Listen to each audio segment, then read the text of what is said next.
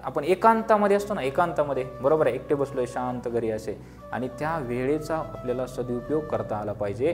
ती वेळ आहे ना, ती स्वतः मध्ये गुंतवता आली पाहिजे। आपण त्या वेळेमध्ये काय करतो रे, फोन घेऊन बसतो है की नाही, मोबाईल घेऊन बसतो, 1 तास स्क्रोल करत बसतो, इंस्टाग्राम, फेसबुक, व्हॉट्सॲप, ह्यानं काय स्टेटस ठेवलं, त्यानं काय स्टोरी ठेवलं, बरोबर आहे, ह्यानं मला मेन्शनच केलं नाही, ह्यानं मला मेन्शन केलंय म्हणजे आता मला त्याला रिमेन्शन करावं लागेल, नाही केलं तर त्याला दुःख होईल, त्रास होईल, माझा मित्र पुन्हा माझी स्टोरी मेन्शन करणार नाही, बरोबर आहे।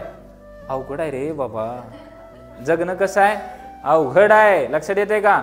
अरे हे सोडा, हे सर्व सोडा, कुठेतरी त्या वेळेचा सदुपयोग करा, त्या वेळेमध्ये नवीन गोष्टी शिकण्याचा प्रयत्न करा, स्किल्स डेव्हलप करा।